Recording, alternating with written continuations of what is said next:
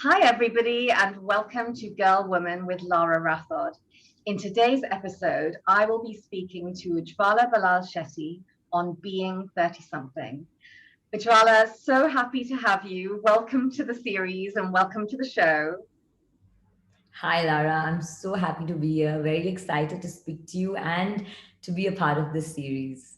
Oh, I'm really thrilled. So, as we kick off, I would love you to introduce yourself. And to my guests, you'll have noticed by now that there's a very specific introduction that I'm asking my guests to do.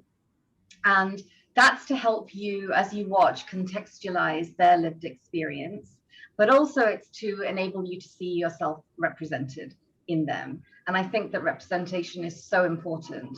And so, Ujjvala, would you please introduce yourself? Yeah. So I'm Ujjvala Ballal Shetty. My pronouns are she and her. My nationality is Indian. I was born in Bangalore in India and I grew up as a third culture kid in Dubai, UAE. I moved back to India at the age of, I moved back to India at the age of 15 and have been living here ever since, where I studied law here as well. I was raised Hindu, but now I identify myself as more spiritual than religious, and I'm straight. Okay, thank you so much. As we were saying before we started, you and I have very similar introductions in terms of Yes, being a third culture lot in kids. common. So I think to start, before I ask you to describe yourself, let's tell the audience a little bit about how I know you. So Ujjvala is married to Dheeraj, who is a family friend. And when I used to go back to Bahrain, when my dad was transferred back there, every Christmas we used to spend time with Dheeraj and his sister Deepika and their parents. And so I've known them for a really long time. And then Dheeraj married Ujjvala, and I didn't meet her for a long time. So I kept hearing things about her from other people. And every time anyone would say anything about her, they would say, "Oh my God, you guys will get on so well." And this was the consistent thing, whether it was from Dheeraj or his sister or my parents. And so I had this anticipation, like when you meet someone after you've been told you're going to get on with them, like there's a little part of you that's like, really? Like, how do you know for sure? And then we met, and everything everybody said was true. And Yes. we spoke when we'd literally never spoken before you came to London.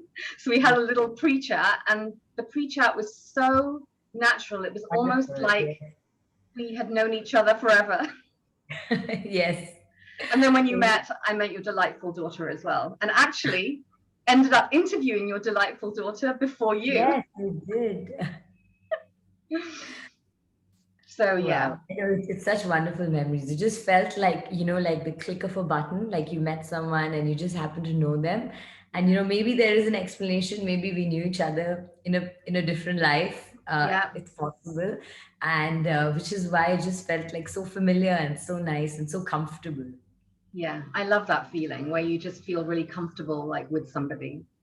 So I would love you to tell us 4 words that you would use to describe yourself.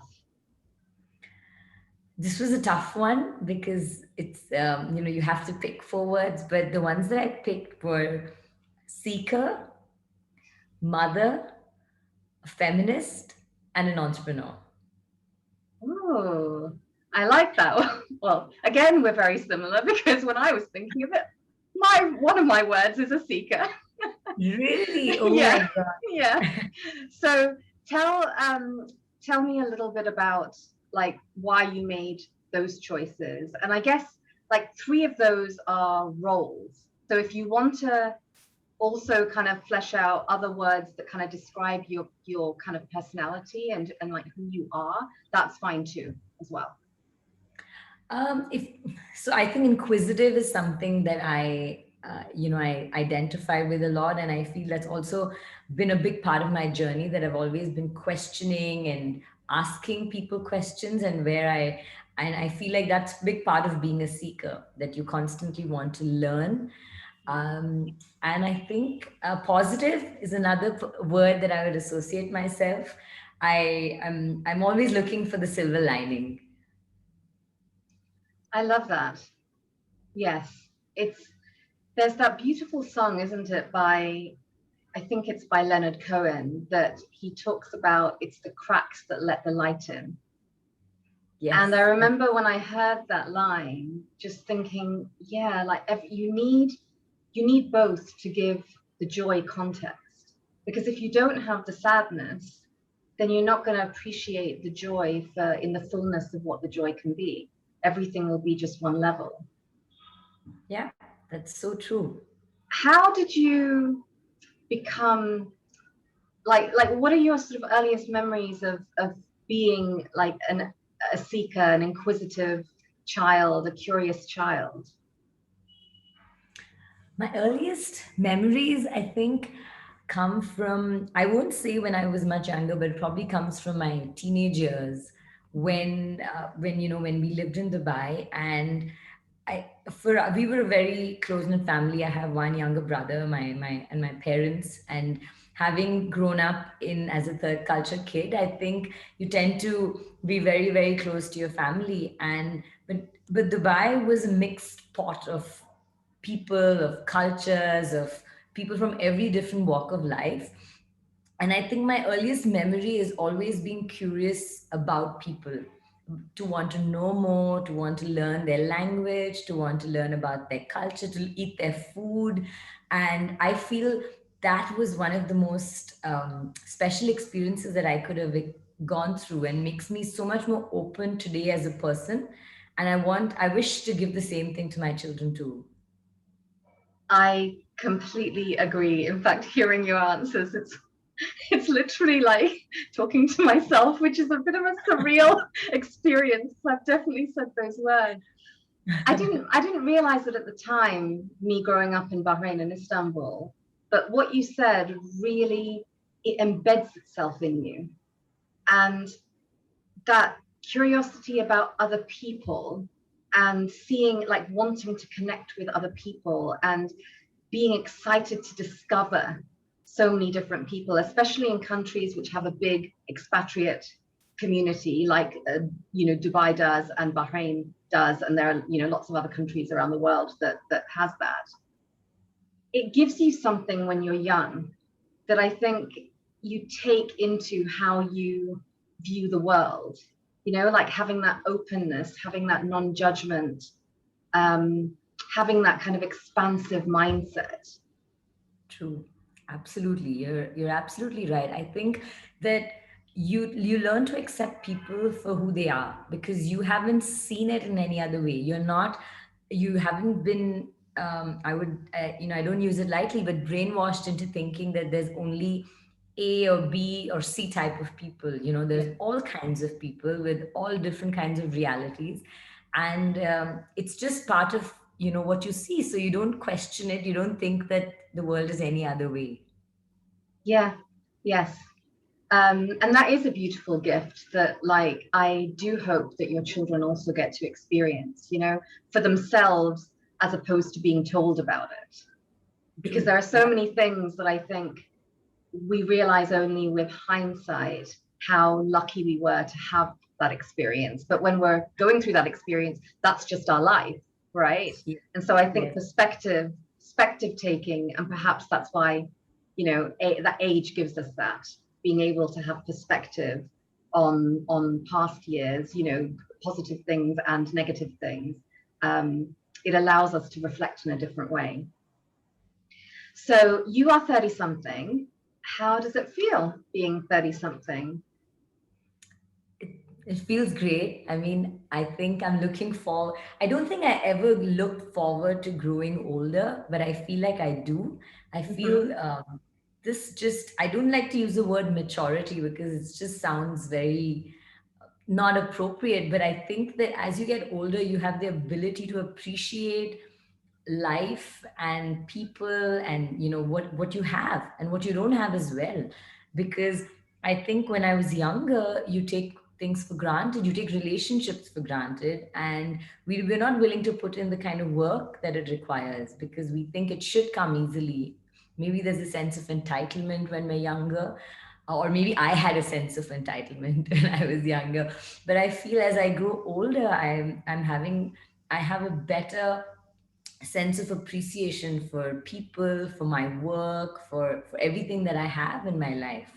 So I'm looking forward to it. I think I feel like, my sister-in-law will be turning 40 soon. And and we constantly talk about 40s being the best time of our lives Really? because yes, we do, because we feel like we talk about traveling together, we talk about doing things together. And I really think 40s will be the best time, I feel, of our lives.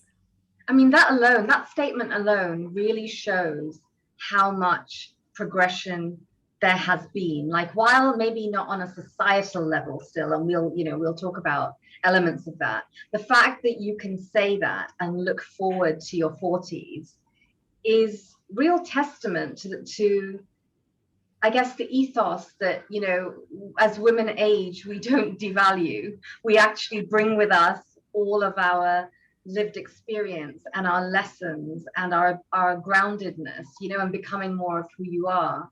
And somebody that you and I both admire a lot, Brene Brown, talks Yeah. about this. She talks Yes. about the 40s being midlife and being a very clarifying decade. And me being in my 40s, I can say that at this point in my life right now, I know myself the best and I feel more me than I've ever felt before.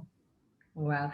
Can I say something that I very recently, I can say in the last 1 year, Mm-hmm. I rediscovered the power of female friendship, which I felt I lost in the last maybe 7 or 8 years. I always had a few friends I was very close to, Mm-hmm. but in the last 1 year, I've connected with a group of women through common ground. We did a program together, but the power of this group, and without having to speak about our personal lives or talking about the specifics about each day to day, but the kind of support and the kind of um, strength this group has given me has been unimaginable. Because I think we have this when we're younger, when we're in school and when we're in college.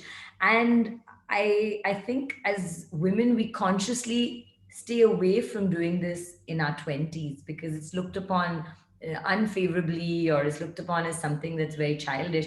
But in my Really? 30s, T- I, Tell me a bit about that. Like, I'm not I really aware of that. see, when we enter, the workplace, Mm-hmm. which is, at least in India, it's male dominated. You tend to have less female friendships, and even the friendships that you have there's a certain element of competitiveness. So I think Because of the scarcity element, right? That yes, when in a male dominated workplace and culture, there's a scarcity element that, oh, there's only one space for a woman. yes, And then that yes. sort of that structure and that ethos sets women up to feel like they have to compete. Wow, yeah, I never thought about it like that.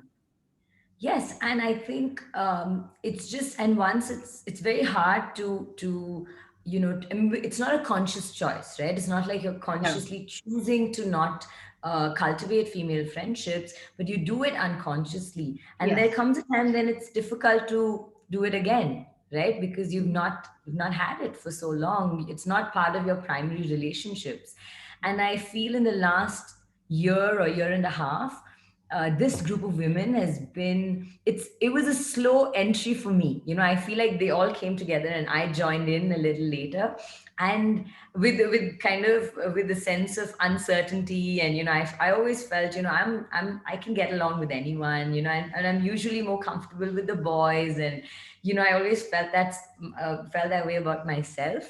But it has been such a joyful discovery, being with this group of women, being able to talk to them, and you realize that there is a lot of joy in it as well. And I feel like that's been one of my important discoveries in my 30s, and I'm going to keep it with me.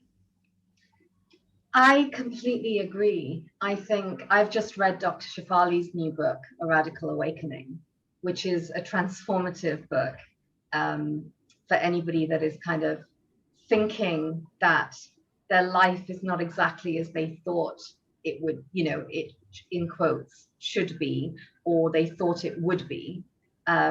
This book takes you through a journey of examining the things that you've been told, are true, and you've been told will happen if you do X, Y, Z. And it really supports you through that journey of sort of awakening, I guess. And one of the things that she says in that book, and she says in many of her talks and conversations, is the power of female community. And it's funny that now that I'm thinking about my experience of working in corporate culture, I've now just made the connection that I didn't feel like consciously or unconsciously, wasn't making new female friendships, because I always have done. But my experience of it was, after some years, I kind of concluded that I didn't want to work for women, because my experience of working for women had not been a wonderful one when I compared it to, my first mentor was this incredible man who taught me how to be a leader. And it's only in the last year that I've realized that statement is actually wrong. It's not that I don't want to work for women.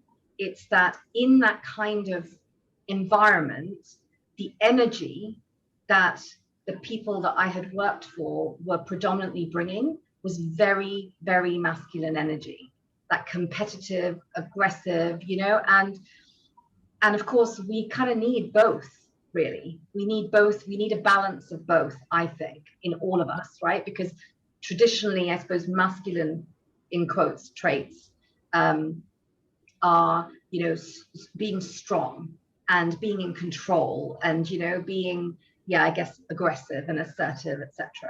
And then with women, it's the, compassion and empathy, etc. Those are the traditional characteristics that are attributed to that. But I think that you have to have both. You have to have the ability to listen, and you also have to have the ability to make decisions and set boundaries. And so harnessing both is what will allow you to show up. But you're right, like the traditional male dominated, overtly masculine workplaces don't create the environment where women who want to succeed and rise up the ranks feel like they can be their whole selves, which causes them to be hiding potentially, or downplaying the elements that come naturally to them, and then elevating the ones that they think will allow them to fit in. And when you have to adjust and fit in and contort yourself, it's never going to bring out the best in anybody, right? Absolutely. But for the men and for the women, right? Because both suffer in a sort of toxic masculine or toxic patriarchal culture. Yes, absolutely. One of the examples is showing empathy at the workplace, which is considered being too soft or too feminine or too not basically not considered a good trait. And I think that has, in my current position, has been very helpful in helping me being a better leader, because I think when you come from a place of empathy, you're also trying to understand what went wrong and why did it go wrong, which I think in the long run helps to make sure that it doesn't happen again, as opposed to trying to, where the person is operating from a place of fear and saying, I better not make this mistake, but he or she hasn't understood why they made the mistake in the first place. So, and I think so. There's a lot to be said about that for sure. And it's hard to do something differently when everyone around you is doing it in a certain way. So it's hard for women to bring those which come naturally, oftentimes come naturally, but you have to go against your nature and copy, or emulate everyone around you. And but I think it's changing. I think it's groups of women like this which give confidence to us, to each other, for people like you, when we're having this conversation, that we're able to say that no, it's hard, but it works, And I think if we keep at it for long enough, people will also start believing in it. And that's the power also of, you're talking about female community, right? Because how do we get to be brave, right? Part of it comes from inside of us, but also, as you said, we have to, when you've been told, when everybody else is telling you explicitly or implicitly that what you're feeling or thinking is wrong, effectively gaslighting you, it's hard to be brave. And so the power of female community will be that somebody within that may have experienced the same feelings and can validate your feelings. And even just hearing, oh yeah, I thought that, or I experienced that, or yeah, when I dealt with this is how I dealt with it. When I had that problem, this is how I did it. And when you have that, it gives you that support of, oh, okay, I have kind of a team behind me. So yeah, I'm so glad that you had that experience and you've discovered it. And I think it'll be even more helpful, taking it into the next decades and dealing with, other female issues like perimenopause, which I'm dealing with right now, and just anything, like, just I think when we have solidarity amongst women, and being able to talk about our female experiences, in our women's experiences in places that hear us, it can also be, very grounding and very liberating. Yes, absolutely. I think I feel, if I look at the Indian context and I look at the generation before me, I feel like the female community was like the proverbial crabs in a bucket, pulling each other down. And and I think that's we're moving in the right direction now, where we're kind of coming together and helping each other, pulling each other up. And I think that is a big difference in the generation, in my generation. And I feel like we still have a long way to go, but if we're together, it's that much easier. Yeah, and then when I see people in their 20s, because that's the other beautiful thing about social media, right? When you're interested in certain things, you can find commonality, and you can find community, virtually. Right. I see, a lot of 20 somethings who are being really outspoken and passionate about affecting change. And so I just think, wow, in the space of, 2 decades already, you can see real change coming, because I feel that there's something really special about, the generations that are coming up, where they're not as fettered and restricted and limited by ideas. They're open to, the fullness of what life can be. And I think Yeah. that's just so beautiful. So it's like we're paving the way, and they're also leading us, and inspiring us to kind of move Yeah. forward. So when you were talking about relationships, obviously these characteristics, there are certain qualities in relationships of any kind, right? Um, and then, we take them into romantic relationships too. Like, I actually don't feel like the qualities in romantic relationships are any different to the qualities in other, relationships. So as we said at the beginning, you're married to Dheeraj, and I'd love you to talk a little bit about um, when you were thinking about finding a partner, what sort of things what sort of qualities or characteristics were you sort of focused on? And then how has that evolved through the course of your relationship? Because my observation of spending time with you both is that you guys are really great teammates. And I felt so, well, my heart was like, it felt so open and warm just seeing that. I was like, wow, that's what it can be like. So would you like to talk a little bit about that? Yes. So Dheeraj and I met through our families. We got introduced through our families, and we, spent a few months getting to know each other.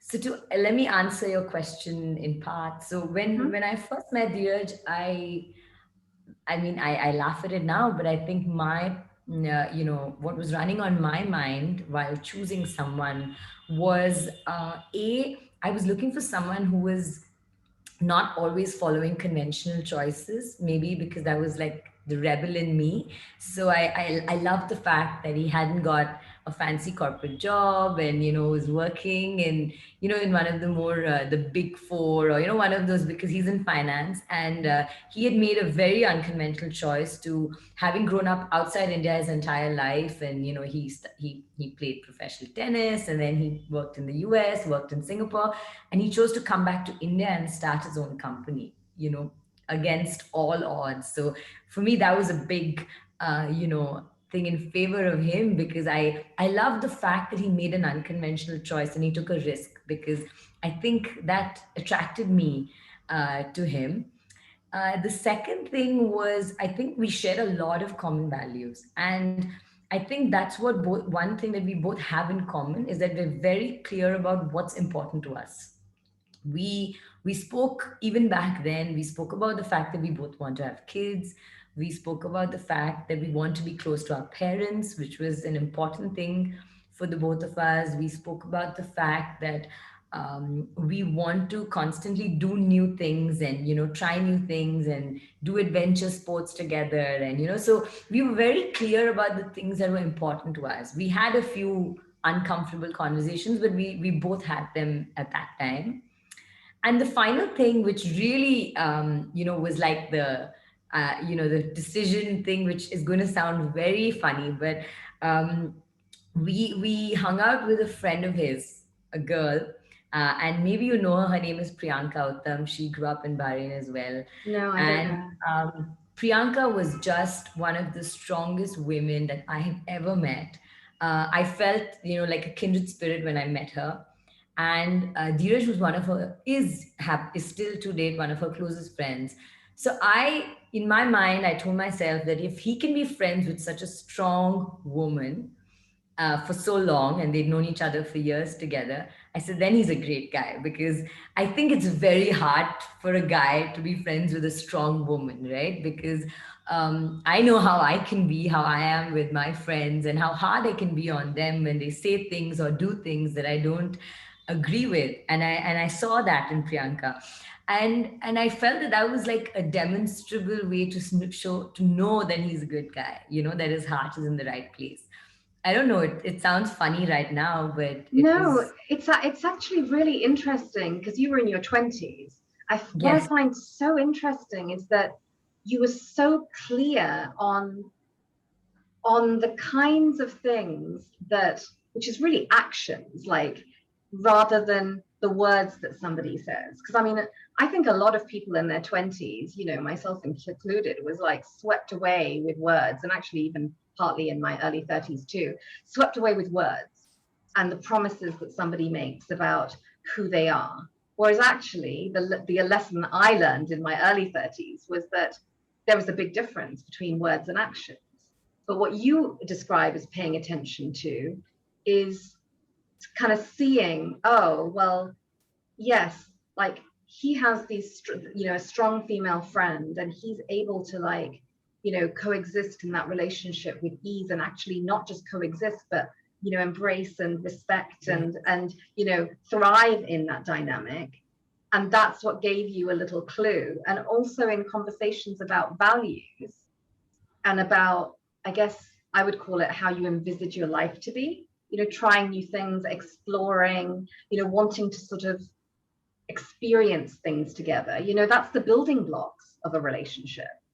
Yeah. And you focused on those rather than the fancy title, or the things that we're led to believe defines a good partner.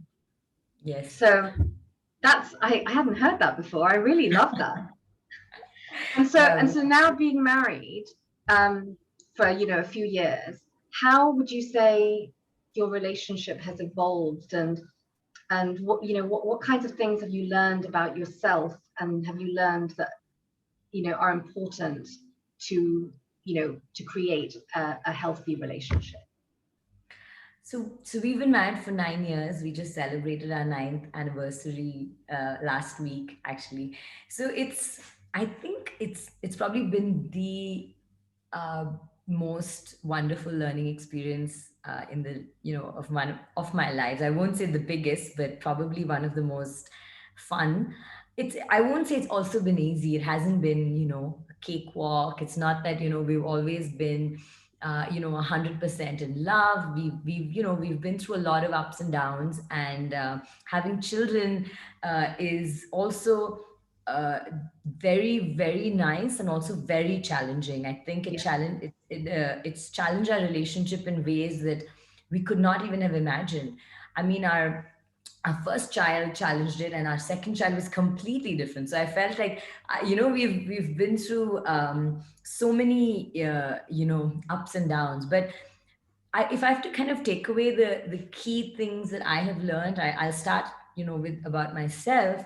Is I've learned very uncomfortable truths about myself. I'll Okay. give you a small example. Like, I actually am not as good a listener as I thought I was. Wow. And this, How did you when learn that? because of a series of fights and back and forth with Dheeraj. But and it was a very, and I say uncomfortable as a very consciously, I use that word, because when you hear something about yourself which you believe not to be true, or you wish not to be true, it is very difficult and uncomfortable to accept it. And it is, and the distance from accepting to changing is very long, because you can't even get to accept, right? Yeah, and because and accept is the first step. You can't yes, even hope for change if you don't accept, right? And exactly, even so, what you're saying is even getting to accepting is hard. So tell us is a little hard. bit. Yeah.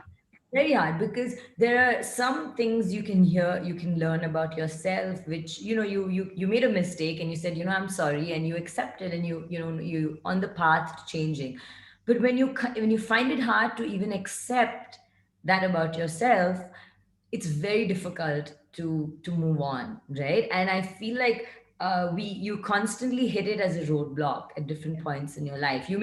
I think the beautiful thing about certain relationships is that you don't always expect people to change, right? You're willing to kind of move on from that issue, kind of take a detour and move forward. But the problem with taking the detour is that you're going to hit it again at some point, because it's not going to go away, right? I You think have it depends on the issue, right? Because if it's a situation specific issue, like I don't know, smoking or something, right? That's like smoking. It's bespoke. But if it's something like not listening, yes, that issue is a cornerstone. It's a fundamental issue that will then come up in every single interaction. yes, So yeah. absolutely. And so it's something that you have to uh, figure out how to learn and accept as well as change, right? So I mean, I think we have a long way to go yet. We're still learning. The most beautiful part about our relationship now is that I think, from 9 years ago to now, we have opened up new channels of communication, which I didn't even think. I thought we had a great, communication system of our own, but I think that it wasn't so great now. I feel like we're now getting there. I know we still have more work to do on both of ourselves, on us individually as well.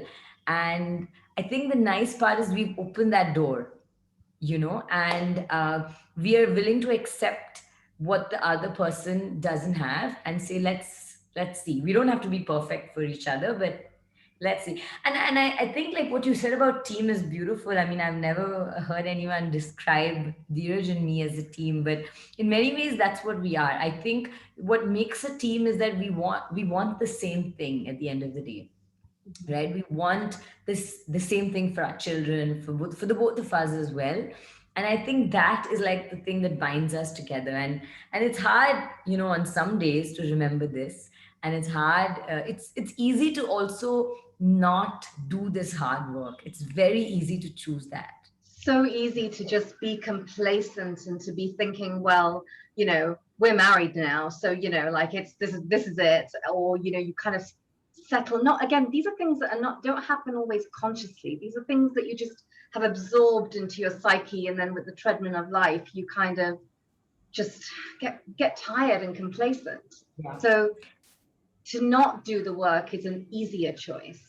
Yeah. And the um other last thing that I'd like to say is that I think this was like a discovery for me personally, and I think this happens to most mothers. Having children, and you go through, you're pregnant for 9 months, you have children, and your whole life is about children, and all of that, and you kind of lose your individual self at some point, right? You put your needs uh, behind everyone else's. And I'm not saying only mothers do it. I think fathers do it as well in different ways. And I feel like we as a individual, we have to still remember that we have an individual journey to make, inwards, which we cannot forget. And for this, if we need to like take time off, we need to do things which is just for ourselves. It could be exercise, it could be meditation, it could be just catching up with friends alone, it could be cultivating a hobby on our own, it could be just reading a book, that time that you want to keep yourself, just being by yourself is very, very important. And I think that is something that both of us have started doing more recently. And I think that makes a big difference, because we can only, it's like, a friend of mine loves to say this, but you cannot give from an empty cup.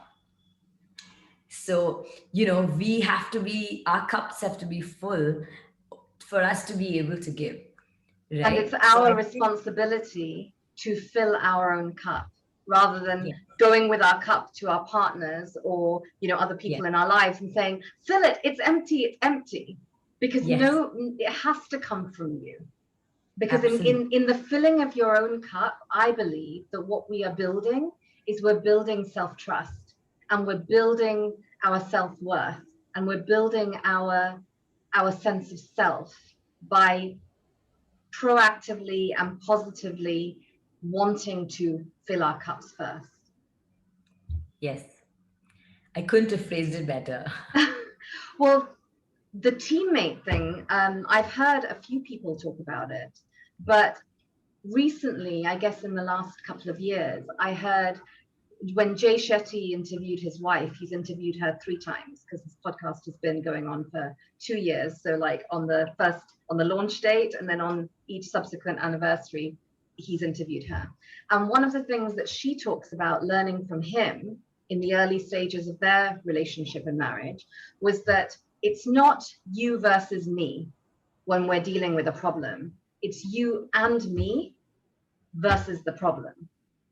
And so that really embodies the concept of a team, right? Right. Because then it's like, oh, we're on the same side. And the other thing about a team is that we want all members of the team to thrive. Like the Yeah. team doesn't work and function if one person is thriving, having a wonderful time and a wonderful experience of life, and the other person is struggling. Yeah. Then the team as a whole is not going to thrive. Yeah. And in So terms true. of like fostering what you said about you and Dheeraj fostering, your own sort of individuality and nourishing yourself in whatever ways you need to.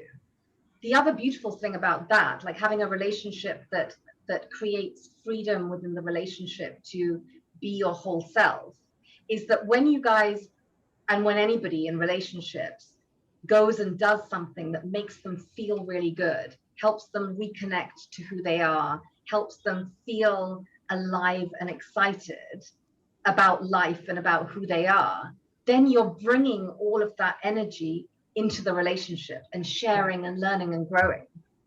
Yes, that is so true. It's I don't think I mean it's only when we are happy individually that we can be happy collectively. 100%, 100 billion%. I think you should say that again, because I think that's a really important thing to remember. Yeah. So I repeat, it's only when we are happy individually that we can be happy collectively. Oh, okay. So this is a beautiful way to bring part 1 to a close. I have so much more to talk to Ujjvala about. So we're going to see you back in part 2. But for right now, thank you for being with us, and thank you, Ujjvala, and we'll see you in part 2. Thank you. Bye.